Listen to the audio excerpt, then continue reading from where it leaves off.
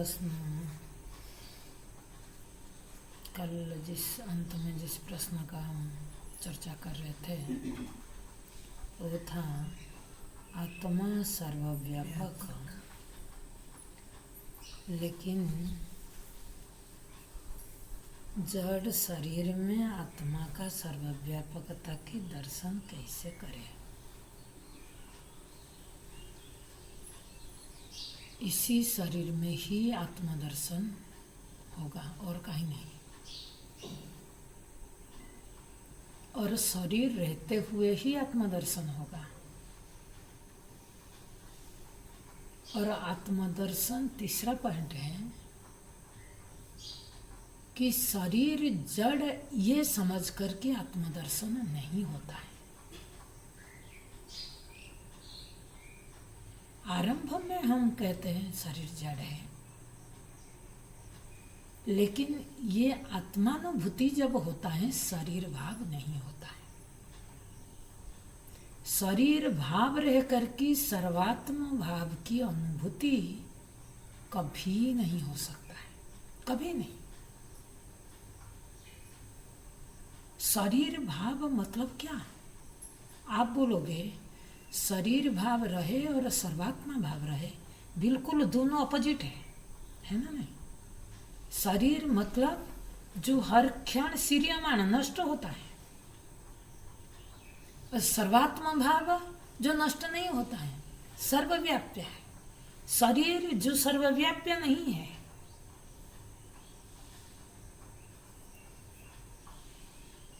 इसीलिए मैं बार बार कह रही हूँ ये बात, आप ध्यान से सुनना और सुना करो। मैं कह भी चुकी हूँ,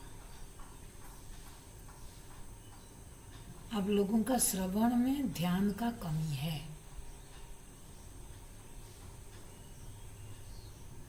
हम विषय वासना को लेकर के मत्थे पर श्रवण करते हैं तो हमें इस बात याद नहीं रहता है।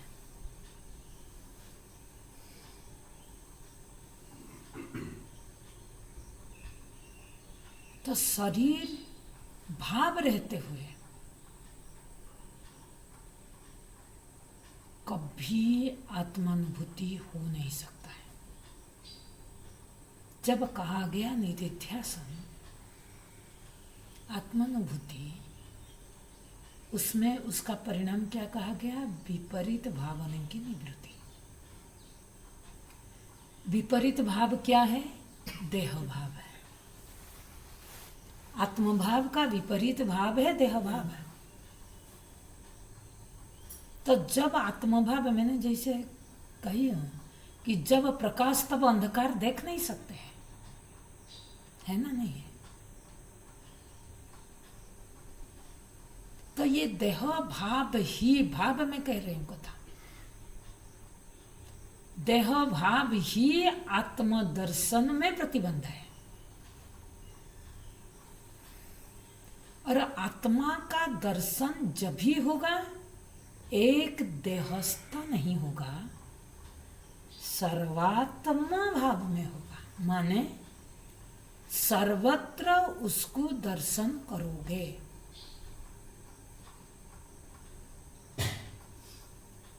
जब भी हम शब्द कहते हैं आत्मा, तो हमको आत्मा का लक्षण का दर्शन, बुद्धि में किसका दर्शन हम करते हैं? आत्मा आत्मा करके नहीं।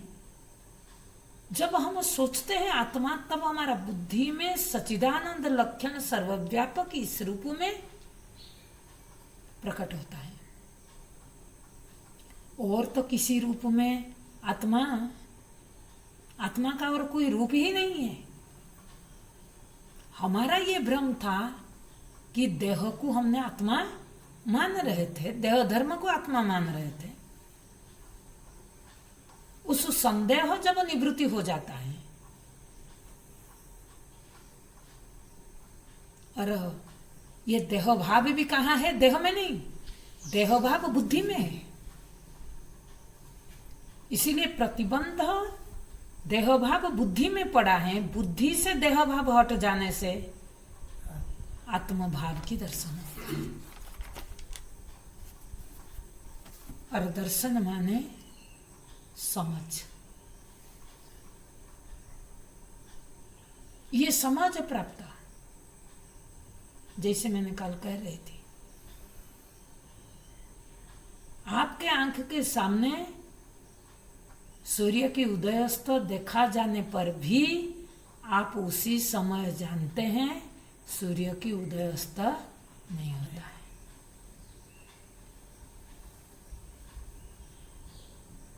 आपको आकाश नीलिमा दिखाई देने पर भी आप उस समय जानते हैं आकाश नीलिमा नहीं है। उसी तरह भले इंद्रिय के सामने आपको देह दिखाई दे, लेकिन मैं अब मुझे ये ज्ञात होता है मैं देह नहीं, मैं आत्मा स्वरूप। आत्मा जब कहते हैं एक देहस्थ नहीं, आत्मा शब्द का अर्थ ही सर्वदेह। ये समझ चाहिए। फिर ये समझ के बाद आपको ये अनुभव होगा कि मैं ही सर्वव्यापक हूं, मेरे सिवाय कुछ है ही नहीं। आत्मा माने क्या? मैं,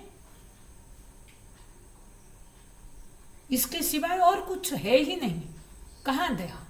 देह का कौन सी, कल जैसे कह रही थी, तरंग का कौन सी जगह जल नहीं है।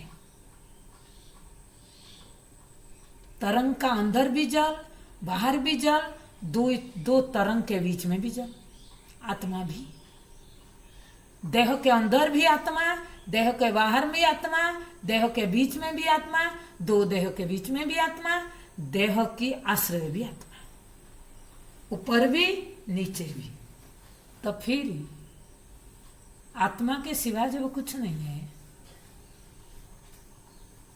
तो पूरी देह कहाँ रहा? जब घड़े को देखोगे कि घड़े के अंदर भी मिट्टी, बाहर भी मिट्टी, चखोगे मिट्टी, छूओगे मिट्टी, तो फिर घड़ा क्या है? बोले वाचा रंभण विकारो नामधेय। ये भी देह के अंदर आत्मा, बाहर कहाँ आत्मा नहीं है? बोलो आत्मा भाव। नाखून में भी आत्मा, बाल में भी आत्मा, हाथ में भी, पैर में भी, अंदर में भी, बाहर, अंदर वृत्ति में भी, बाहर में भी।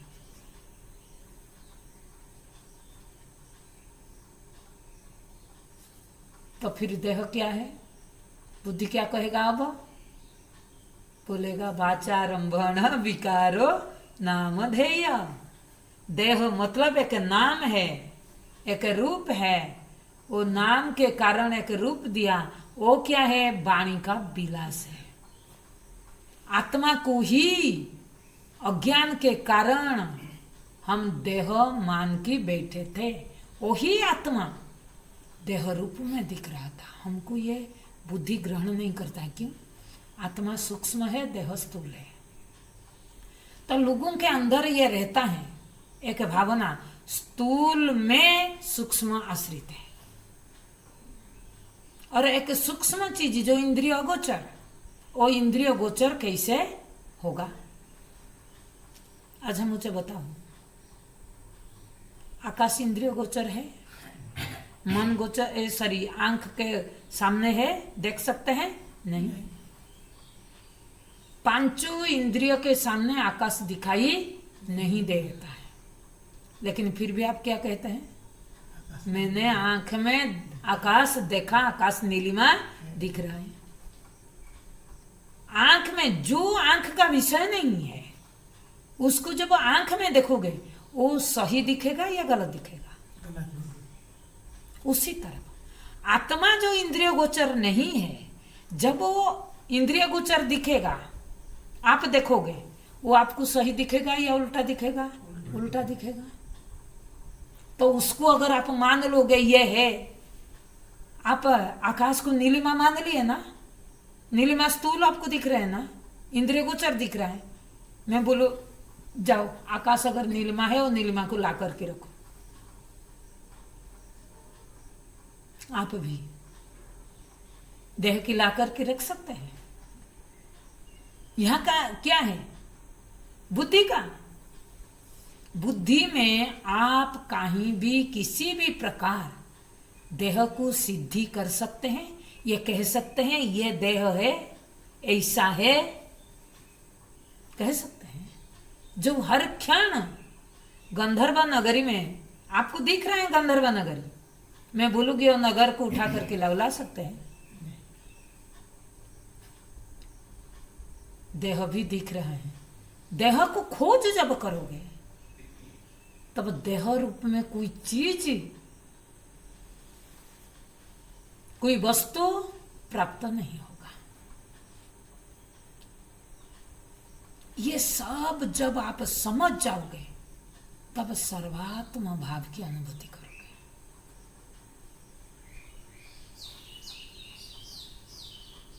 देह होते हुए भी आपके अंदर देह दृष्टि बिना आप सर्वात्म भाव को देखोगे। ये सर्वात्म भाव का दर्शन है। दूसरा प्रश्न था कि आत्मा को वस्तु कहा, कैसे समझे। हमारा बुद्धि में पड़ा, ज्यादातर गुजरात आप जाओगे, गुजरात में कहते हैं हर पदार्थ को वस्तु कहते हैं, गुजराती भाषा में। ये वस्तु इधर रख दो, वो वस्तु इधर रख दो, माने पदार्थ को। लेकिन वस्तु का वास्तविक अर्थ, और हमारा बुद्धि में वस्तु मतलब हम क्या, ये सामान को सब कहते हैं वस्तु, समझ कर की बुद्धि में जन्म जन्म से पड़ा है। लेकिन वेदांत जब श्रवण करते हैं, वेदांत में वस्तु मतलब आत्मा है। तो हमें वस्तु मतलब आज भी वो पदार्थ भाव रहता है।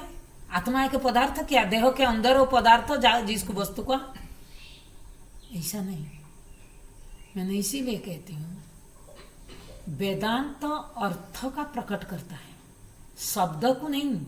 हम वस्तु शब्द जब पकड़ करके रखेंगे कंफ्यूज होंगे, और मैं इसका अर्थ बहुत बार कह चुकी हूं। वस्तु मतलब बसती इति वस्तु, बसती मतलब विद्यमान है। ये विद्यमानता के लक्षण जहां घटित होता है उसको कहेंगे वस्तु। माने विद्यमान माने क्या, जो कभी भास नहीं सकता है, जो स्थिर है, जिसका परिवर्तन कभी नहीं होता है। शब्द वस्तु लो, इसको क्या कहते हैं, शब्दानुविद्ध समाधि। वस्तु शब्द लिया, बुद्धि में तुरंत क्या आना चाहिए, विद्यमान सत्ता। जो सत्ता नित्य निरंतर स्थिर है, जिसका कभी परिवर्तन नहीं होता है, उसको कहते हैं वस्तु।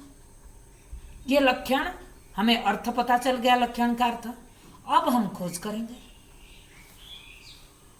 कि कौन सी दुनिया में ऐसे कोई चीज है क्या जिसका परिवर्तन नहीं होता है, जो जैसे को वैसे कह सकते हैं। बोले पूरा दुनिया तो खोजने नहीं जाएंगे, हमारा सामने एक दुनिया है अपना देह। इसी देह में तो पूरा दुनिया बसा है, बाहर थोड़ी दुनिया है। इसी देह में पूरा विश्व ब्रह्मांड, हाँ, अमेरिका भी इधर बैठा है, हाँ? पूरा पाताल भूतल रसातल तलातल, हाँ? सब इसी के अंदर बैठा है। देखो, इसमें खोज करो कि कौन सी चीज नित्य निरंतर स्थिर है। यहां सारे दुनिया भी है, यहां आत्मा भी है।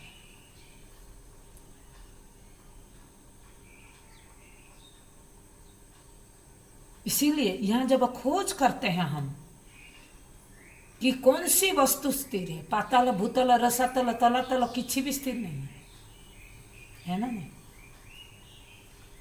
देह भी स्थिर नहीं है, मन भी स्थिर नहीं है, इंद्रिया भी स्थिर नहीं, क्या स्थिर है फिर? कुछ स्थिर है ना, नहीं है। अगर कुछ अस्थिर चीज दिख रहा है तो जरूर उसका आश्रय कोई स्थिर होना चाहिए। आप गाड़ी का चक्का चलता है, पंखा चलती है आपके सामने, चलो गाड़ी का चक्का नहीं है, पंखा है। ये पंखा घूमती तब जब बीच में एक चीज स्थिर है। वो जो गोला वो स्थिर है ना, नहीं है, लेकिन हमको क्या दिख रहा है, वो भी घूम रहा है ना, नहीं है। वो गोला घूम रहा है, वो स्थिर है और भारी है ना, नहीं। तब पंखा घूमता है। ये सृष्टि भी घूम रहे हैं, जरूर इसके केंद्र में कुछ स्थिर वस्तु है। गाड़ी का चक्का कह रही थी, और ये होते हैं, सब घूमता है, लेकिन बीच में एक लकड़ी का गोला, पहले लकड़ी में जो चक्का बनता था, एक मोटा सा, उसको क्या कहते हैं मेरे को पता नहीं, तो वो स्थिर रहता है ना, नहीं। और ये सब घूमता है, लेकिन हमको क्या लगता है, वो भी घूम रहा है, वो स्थिर रहता है, वो घूमता नहीं है। अगर घूमेगा तो चक्का चलेगा नहीं। आपका मिक्सचर होता है, मिक्सचर में एक चीज स्थिर रहता है, तो वो मिक्सचर जो पत्ते घूमता है। जिस दिन वो स्थिर वाला है ढीला हो जाता है, वो मिक्सचर में आप पीस पाते हैं। ये काम करते हैं ना, कभी ऑब्जर्व करना। हर चीज को मैंने इसीलिए बोलती हूँ, हर चीज में ऑब्जर्व करोगे तो आत्मा की स्थिरता की अनुभव कर सकते हैं। अगर कोई भी परिवर्तन के पीछे एक अपरिवर्तित सत्ता है, तो देह में हम हर चीज परिवर्तन हो रहा है, तो इसमें भी तो कोई स्थिर सत्ता है केंद्र में, जिसके उपस्थिति में सब परिवर्तन हो रहा है। कैसे नहीं होगा बताओ? बिना आश्रय में परिवर्तन कैसे? कोई तो आश्रय, और वो आश्रय खुद अपरिवर्तित हो। और हम प्रत्यक्ष में भी ये चीज देखते हैं, तब हम यहां घटा सकते हैं। जैसे मैंने पंखा का दृष्टांत दिया, चक्का का दृष्टांत दिया।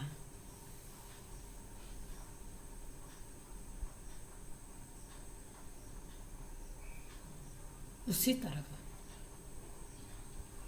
ये देह में हर चीज हम परिवर्तन देखते हैं, लेकिन एक अपरिवर्तित सत्ता जरूर है।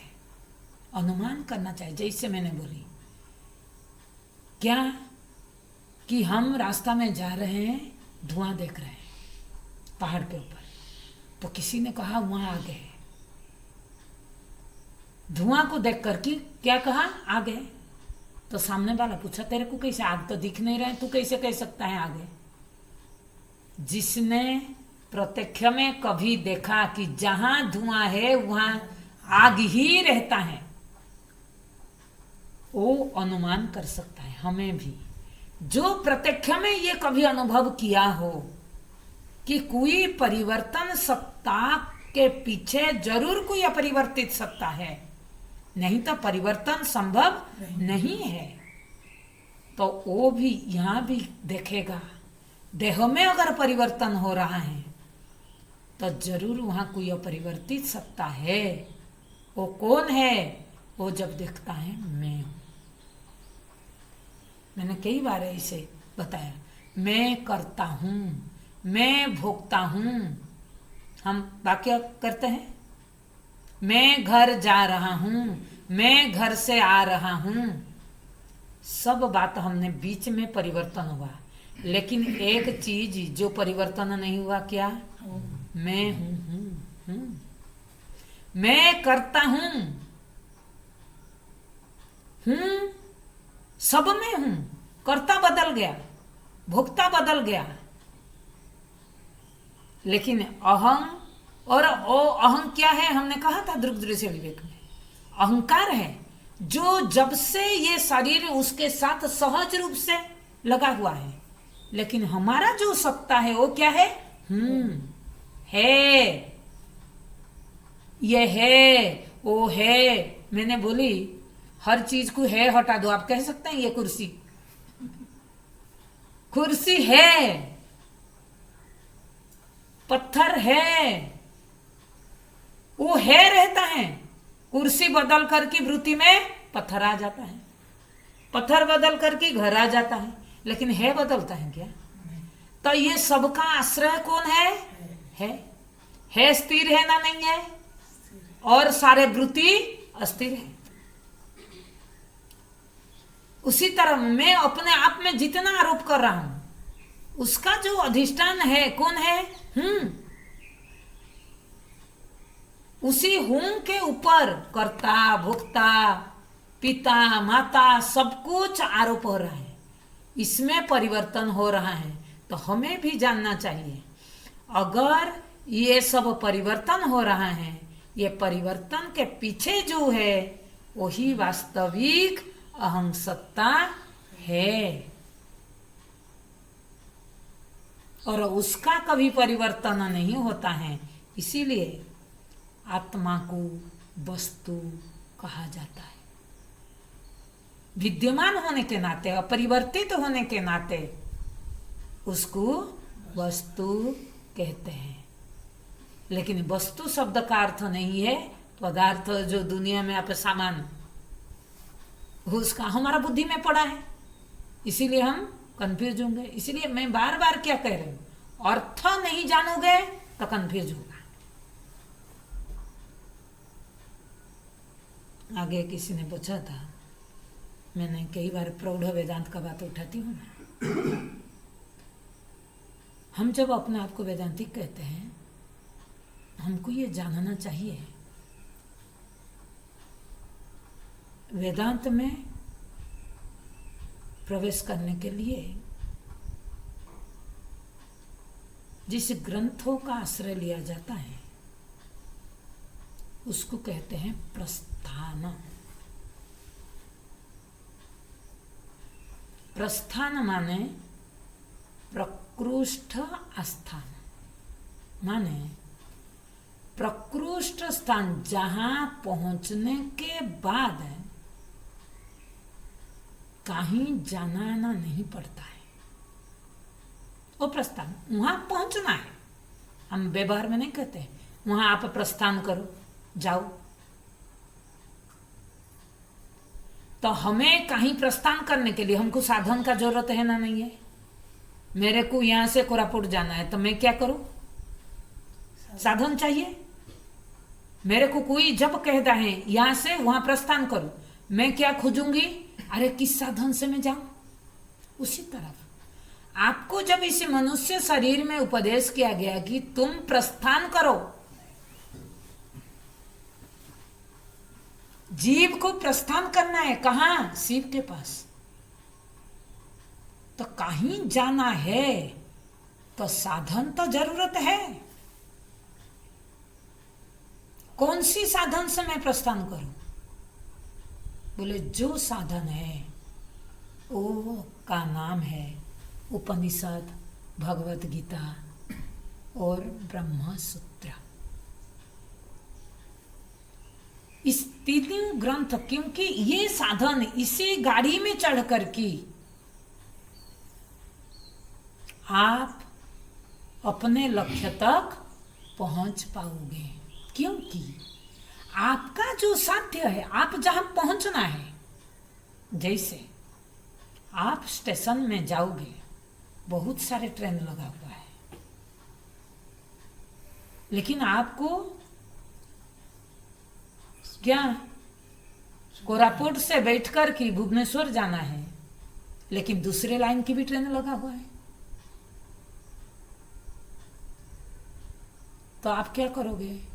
आप बोलोगे वो भुवनेश्वर वाला ट्रेन दिखाई नहीं पड़ रहा है, 10वां स्टेशन पर है, सामने जो दिखाई पड़ रहा है उसी ट्रेन पर आप बैठ जाओगे, भुवनेश्वर पहुंच जाओगे। आपको क्या करना पड़ेगा? भले 10वां नंबर प्लेटफॉर्म पर है, लेकिन आपको तो सीढ़ी चढ़ के जाना पड़ेगा।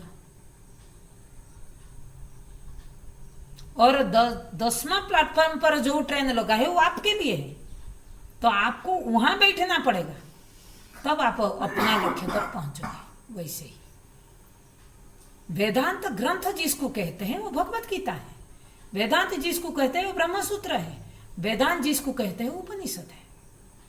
इसके अंदर जो ज्ञान का निचोड़ है वो वेदांत है। इसीलिए आप उसका आश्रय लेकर के जब चलोगे, और दूसरा नहीं बोलोगे हम तो शास्त्र पढ़ते हैं, किसी को भी शास्त्र कह दोगे, किताब का नाम शास्त्र नहीं है। शास्त्र शब्द का अर्थ क्या है? शासनात संसनात बा शास्त्र, जो आपको शासन करे। माने जीव अगर मैं ये रास्ता पर चलो तो किस पर बैठ कर के चलो बताए, ये शासन है, ये मत करो, ये करो। अध्यात्म के लिए चलना है तो ऐसे करना चाहिए, ये कौन बताएगा? किससे आप सीखोगे? और उतना नहीं, शासन खाली नहीं करता है, संशय का भी निवृत्ति करता है। हमारा संशय क्या है कि श्रुति हम सुन रहे हैं, तुम आत्मा, आत्मा देह नहीं है, लेकिन मैं मानकर कि जन्म जन्म से बैठी हूं मैं देह हूं, लेकिन मैं सुन रहा हूं मैं देह नहीं हूं। संशय होगा ना? नहीं। अपने विषय में एक सुन रहा हूं, एक मान रहा हूं, तो कौन दो जब आता है एक विषय पर तब हमको शंका होती है। तो उस शंका को निवर्तन जो करता है उसको कहते हैं शास्त्र। किताब का नाम शास्त्र नहीं। इसीलिए भगवत गीता को कहा गया शास्त्र। इति गुह्यतमं शास्त्र। ये गुह्यतमं अत्यंत सूक्ष्म विषय को बताने वाला, शंका निवृत्ति करने वाला। हमारा तो मूल संशय ही है कि मैं ये हूं या नहीं हूं। अगर निश्चयात्मिक वृत्ति रहता, मैं दिन भर अपने आप को इतना परिवर्तन क्यों करता? कभी करता, कभी भुगता, कभी ज्ञाता, कभी जीव, कभी पिता, कभी क्या क्या दिन भर में अपने आप से परिवर्तन कर रहा हूं। अगर आपको अपने बारे में सही सही ज्ञान होता, आप इसके पीछे पड़े रहते। हमको सही सही ज्ञान नहीं, इसीलिए रोज चेंज कर रहे हैं। नहीं ये नहीं, ये नहीं लगता है, ये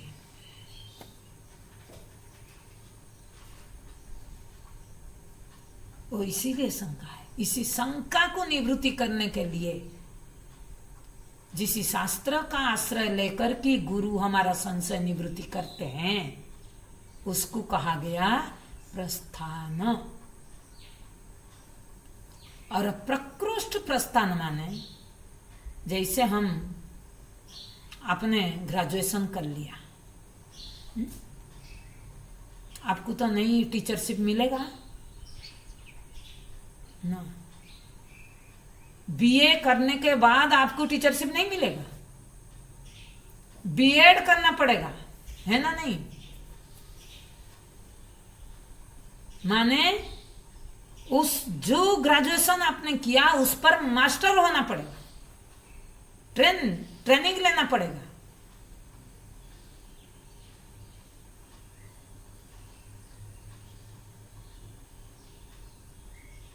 कोई कहेगा मैं पीजी करूं ना, वो बीएड करना पड़ेगा, पीजी करने से टीचरशिप नहीं।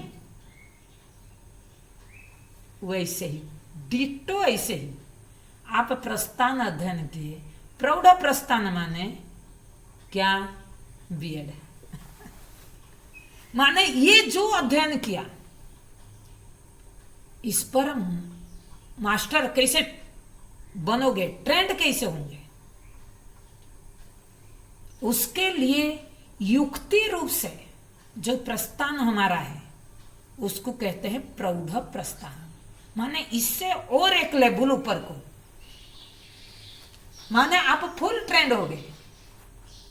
अब आपका ट्रेंड मतलब अब आपका प्रौढ़ प्रस्थान क्या करता है? कुछ भी अगर प्रस्थान में संशय रह जाता है, प्रौढ़ प्रस्थान सारे संशय को निवृत्ति कर देता है। कैसे? प्रौढ़ प्रस्थान हमारा जो ग्रंथ है वो श्रवणात्मक ग्रंथ नहीं है, जैसे उपनिषद श्रवणात्मक ग्रंथ है, प्रौढ़ प्रस्थान तीनों, यहां जैसे तीन है प्रस्थान, वहां प्रौढ़ प्रस्थान भी तीन है, लेकिन ये तीनों युक्तितः है, युक्ति ग्रंथ है। एक का नाम है चित सुखी, एक का नाम है अद्वैत सिद्धि, एक का नाम है खंडन खंड खाद्य। इस तीनों को कहते हैं प्रौढ़ प्रस्थान। बिना प्रस्थान को अध्ययन किए प्रौढ़ प्रस्थान को समझना कठिन है, लोग डरते हैं और समझाने वाला भी बहुत बहुत माने मजबूत होना पड़ेगा, आपके पास उतना कौशल होना पड़ेगा, क्योंकि वहां एक एक वाक्य को युक्ति के द्वारा जिस तरीका से प्रेजेंटेशन किया। अरे सच बोलो, वेदांत के प्रति इतना कॉन्फिडेंट में आप बोल सकते हैं तब जब प्रौढ़ प्रस्थान का आपके है, क्योंकि मैंने देखी हूं, मैं प्रौढ़ प्रस्थान अध्ययन के पहले प्रस्थान त्रय में और प्रौढ़ प्रस्थान में मैंने अपना स्थिति को देखा, कितना क्लैरिटी आती है। हमने भी लिया भी है अद्वैत सिद्धि चित सुखी खंडन खंड खाद्य, तो डर गए लोग लेने के टाइम। चित सुखी माने चेतन ही सुख, सुख ही चेतन, इतना को समझाने के लिए इतना बड़ा बात है। सोचो, बोले कि इतना क्या जरूरत है, एक बात तो है, हम तो ये जानते हैं, हमको युक्ति का क्या जरूरत है। जानते नहीं है, युक्ति के द्वारा संशय निवृत्ति होता है, इसीलिए युक्ति चाहिए। रटी रटाई बात पर आपको जब शंका आता है, फिर आप झुलझुला हट हो जाते हैं, कभी आपको कोई प्रश्न करे तो परेशान हो जाते हैं। क्यों डरना है? आप अगर क्लैरिटी है इस विषय में, आपको डरने का नहीं है। कोई भी प्रश्न है, अद्वैत सिद्धि पूरा अद्वैत के ऊपर मधुसूदन सरस्वती का टीका, और खंडन खंड खाद्य में सारे दर्शनों का खंडन किया गया। क्यों? क्योंकि आत्मा के विषय में, आत्मा की ब्रह्मता के विषय में वेदांत के सिवाय कोई भी दर्शन नहीं जो बता सकता है कि आत्मा अविनाशी है। कोई ये बता सकता है आत्मा अकर्ता है, जिस विषय में जो प्रमाण है वही बताएगा। इसीलिए प्रौढ़ प्रस्थान और प्रस्थान दोनों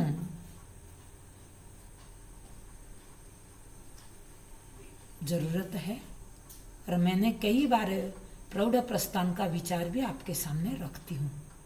डायरेक्ट में ग्रंथ नहीं लेते, जब तक प्रस्थान का अध्ययन आपका पक्की नहीं हुआ तो आप प्रौढ़ प्रस्थान कैसे। कई आप लोग कई बार होता है ना, उपनिषद सुना नहीं, बोलोगे हम अष्टावक्र गीता सुना है, क्या समझोगे? क्या समझोगे? मैं सच बताऊं, अंत में योग वशिष्ठ हमने लिया, प्रौढ़ प्रस्थान के बाद योग वशिष्ठ लिया। इतना सहज नहीं योग वशिष्ठ को समझना। ये हिंदी ट्रांसलेट आप जो पढ़ लेते हो नहीं, मंत्र को देखो, 32,000 मंत्र दिया योग वशिष्ठ। अष्टावक्र गीता और योग वशिष्ठ संत का अनुभूति है, जो निचोड़ अनुभव किया, वो अनुभव को उन्होंने बखान किया।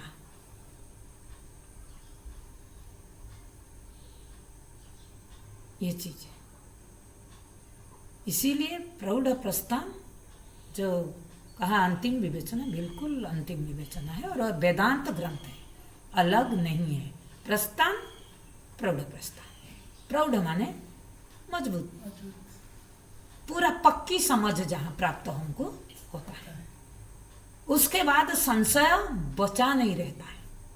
जिसको समझने के बाद अद्वैत सिद्धि चित सुखी हमने जब लिया, कई बार यहाँ क्या, जैसे आप पहले पहले कोमल कोमल बात आता है, फिर धीरे धीरे जैसे आरंभ में सत्य मिथ्या का, फिर बोले मिथ्या क्या है, सत असत छोड़ो, असत माने नहीं सत माने है, खत्म करो, पूरा दुनिया है ही नहीं, केवल एकमात्र सत्ता है। लेकिन आरंभ में आप ये बात बोल दोगे, आप डॉक्टर के पास जाओगे, आपका बड़े बीमारी है, डॉक्टर आपको डायरेक्ट बोलेगा चलो ऑपरेशन कर देते हैं, सीधा ओपीडी में ले गया और ऑपरेशन कर दिया? नहीं ना। डॉक्टर ऑपरेशन करने के पहले आपको चेकअप करेंगे, आपको मेडिसिन्स देंगे, है ना, नहीं है? मेडिसिन्स के बाद आपको फिर से टेस्ट करेंगे कि ऑपरेशन का लायक है या नहीं है।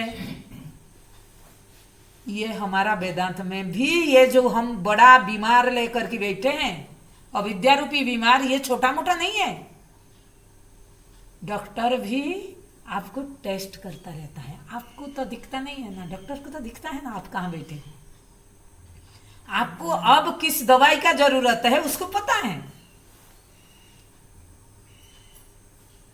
इसीलिए पहले दवाई देगा, दवाई से दर्द को थोड़ा कम करेगा, पेन क्लियर दे दे करके, है ना, नहीं? तब फिर ऑपरेशन थिएटर को ले जाएगा, फिर सीधा फाड़ देगा, चलो ये है नहीं, ये है, जो नहीं है उसको फाड़ के निकाल करके फेंक देगा, चलो ये लेके जाओ। ये स्थिति बनती है वेदांत में भी। इसीलिए धीरे धीरे दवाई दे दे करके फिर ऑपरेशन करता है। ये हमारा शास्त्र ऐसे ही अध्ययन किया जाता है। न कि मैं कुछ नहीं करूंगी और हम प्राइमरी ग्रंथ को नहीं लूंगी, प्रस्थान हमारा जो ये प्रकरण ग्रंथ, बोलोगे वो जरूरत नहीं है। आप लोग इतना प्रकरण ग्रंथ सुने, आपको पता चलता है ना, ये प्रकरण ग्रंथ के बिना उपनिषद, जिसने उपनिषद सुना है, उपनिषद को समझना इतना सहज है, भगवत गीता को समझना सहज है बिना प्रकरण ग्रंथ से।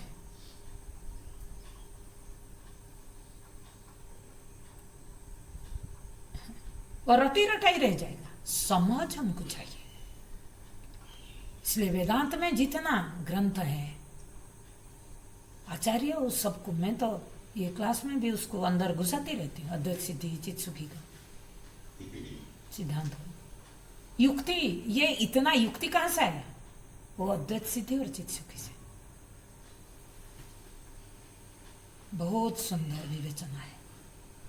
बस उसको जब मैंने खुद, क्योंकि गुरुकुल में तो इतना कम टाइम में इतना ग्रंथ तो नहीं लेते हैं, गुरुजी ने हमको इससे टेक्निक सिखा दिया, बोले कि तुम अभी कोई भी ग्रंथ अपने अध्ययन कर सकते हैं। हमने अपने मेहनत उसके लिए पुरुषार्थ किया, दुनिया से डिटैच्ड रह करके हमने अद्वैत सिद्धि और चित सुखी के अध्ययन किया।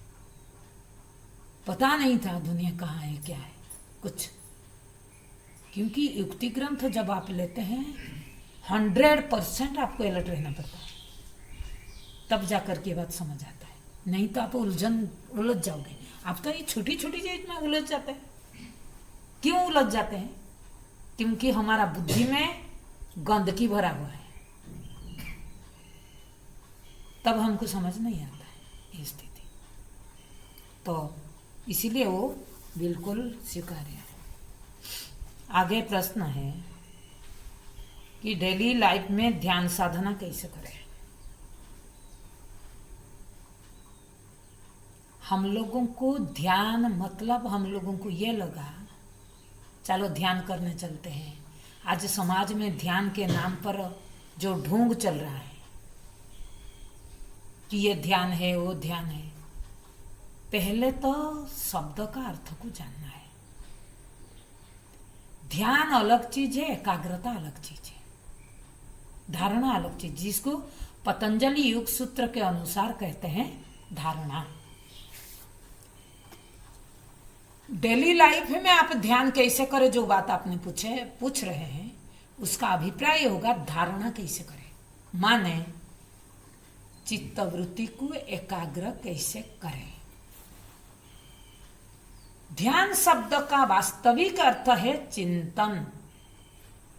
आंख बंद करके चुपचाप बैठने का नाम ध्यान नहीं है। चिंतन का नाम ध्यान, अलर्ट रहने का नाम ध्यान। हम बच्चों को नहीं कहते हैं ए पढ़ाई में ध्यान दो, वो बैठ कर के ध्यान कर लेता है बच्चा। आंख बंद कर देता है, पुस्तक को नहीं देखता है और ध्यान करता है। बोला माँ मैं ध्यान कर रहा हूं। आप लोग ऐसे कर रहे हैं, है ना? ये दुनिया में जो ध्यान कैसे है, ऐसे है। पुस्तक छोड़ करके नहीं ध्यान होता है, श्रवण छोड़ करके ध्यान नहीं होता है। ध्यान शब्द का अर्थ क्या देखो, पतंजलि एक सूत्र में भी दिया, ध्येय चिंतनात्। चिंतन मतलब विचार, किसका? जो आपका ध्येय है। लेकिन दुनिया में जो ध्यान करते हैं कोई ध्येय नहीं है। अरे आप बताओ, जिसको आप जानते हैं उसको ध्यान दोगे या जिसको नहीं जानते हैं उसको ध्यान दोगे? जिसको आपने कभी देखा नहीं, जाना नहीं, उसका ध्यान कैसे दोगे? मैं अभी एक नाम ले लो, आप उनको कभी देखा नहीं, मैं बोलूंगी उसको ध्यान दो। बोलो आप, मैं तो आपके साथ बात कर रही हूं, आप खुद सोचो।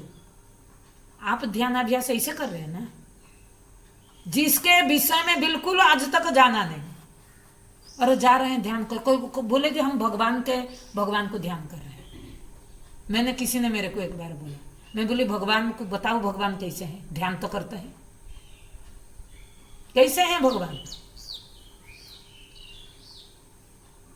जानते नहीं भगवान क्या है, कैसे हैं, और जाते हैं भगवान को ध्यान करने के लिए।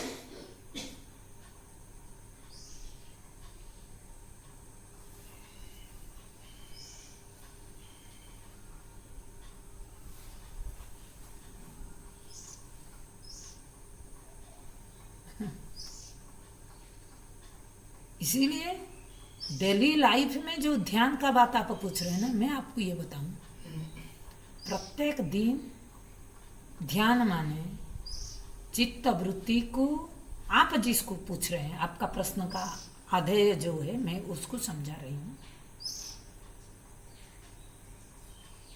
कि जो प्रोसेस मैंने रोज बताती हूं, सुबह उठो तुरंत बिस्तर छोड़ो नहीं, उसी बिस्तर पर बैठो।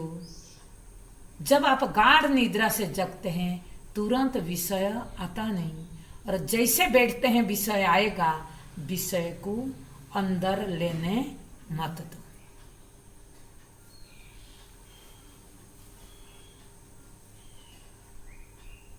यही ध्यान दो, यही ध्यान दो कि बाहर विषय आकर के मेरे चित्त वृत्ति को विक्षेप न करे। यही ध्यान साधना करो। करोगे ना? हमको बोल दो कुछ कैसे ध्यान करे, आंख बंद कर दे, त्राटक लगा दे और मन जाकर के दुनिया भर घूम घूम के आए, वही ध्यान है। मन को एक विषय, जिसको आप ध्यान कर रहे हैं, वो एकाग्रता तब बढ़ेगा जब बाहर विषय अंदर आने नहीं दोगे। रोकने का सामर्थ्य,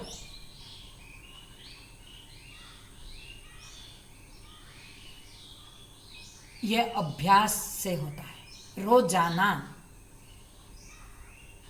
कि मैं क्यों, उसमें आपका कुछ कल्याण मुक्ति नहीं हो जाएगा। उसमें क्या होगा कि मैं ज्यादा समय एक विषय पर टिके रह सकता हूं। जब एक विषय पर ज्यादा समय टिक के रह सकता हूं, मैं जिस विषय में फिर प्रवेश करूं जागृत में, है ना? नहीं, श्रवण काल में, श्रवण में एक विषय का विचार चलता है, तो श्रवण काल में मैं अगर ज्यादा समय एक विषय पर टिके रह पाऊं तो श्रवण मेरा सही ढंग से होगा। इसीलिए रोज डेली आप ये अभ्यास करो, रोज 15 मिनट, 15 से 20, 20 से 25, 1 घंटा तक बैठने का अभ्यास करो। करोगे? नहीं करोगे?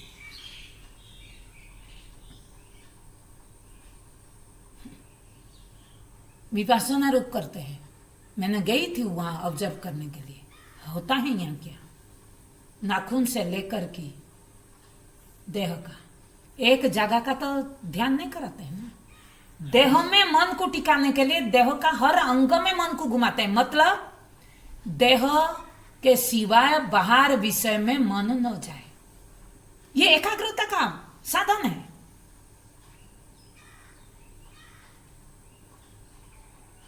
उसी तरफ आत्मा एक शब्द है, जैसे देह एक शब्द है, लेकिन नाखून से लेकर के बाल तक का आपको क्या रटाते हैं ना? नहीं है।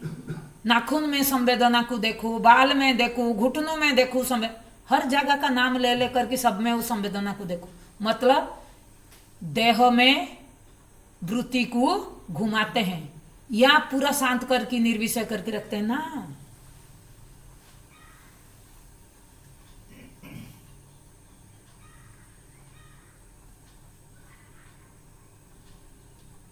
क्यों? कि ज्यादा समय रहोगे तो आप किसी भी विषय में अपना चित्तवृत्ति को ज्यादा समय जब टिका पाओगे, विवेक करने में समर्थ होंगे। हम आज विवेक क्यों नहीं कर पाते हैं? एक विषय सुना, वो चला गया दूसरा विषय, आप विवेक कैसे करोगे? जब एक विषय आपके चित्तवृत्ति में ज्यादा समय टिके रहे तब आप विचार करने में समर्थ होंगे ना? नहीं होंगे। हम विचार नहीं कर पाते हैं क्योंकि हमारा चित्तवृत्ति चंचल है, एक विषय पर ज्यादा समय टिक के नहीं रह पाता है। इसीलिए प्रत्येक दिन डेली लाइफ में ये अभ्यास करो कि मेरे चित्त को मैं एक विषय पर ज्यादा समय टिका की कैसे रहूं। जब रहते हैं तब विपरीत वृत्ति आता है, लेकिन उस समय उस विपरीत वृत्ति को, विषय को अंदर जाने नहीं, उसको हटाओ। हटाने का सामर्थ्य प्रत्याहार जिसको कहा गया पतंजलि योग सूत्र में, प्रत्याहार के बिना आप एक विषय पर मन को टिका नहीं सकते हैं। इसीलिए पहले प्रत्याहार है, फिर ध्यान, धारणा, फिर ध्यान, फिर समाधि। प्रत्याहार माने पहले बाहर विषय को रोको, फिर धारणा, धारणा माने एक देश चित्तबंध, एक विषय पर चित्त को बांधु, ध्येय विषय नहीं। आपका विपश्यना में जो करते हैं आपका ध्येय देह है क्या? तो ध्यान कैसे हुआ? ध्यान कैसे हुआ? मैं तो इसीलिए कह रहा हूं, धारणा है, ध्यान नहीं है। जीव का ध्येय क्या है? शिव, सुख, आनंद।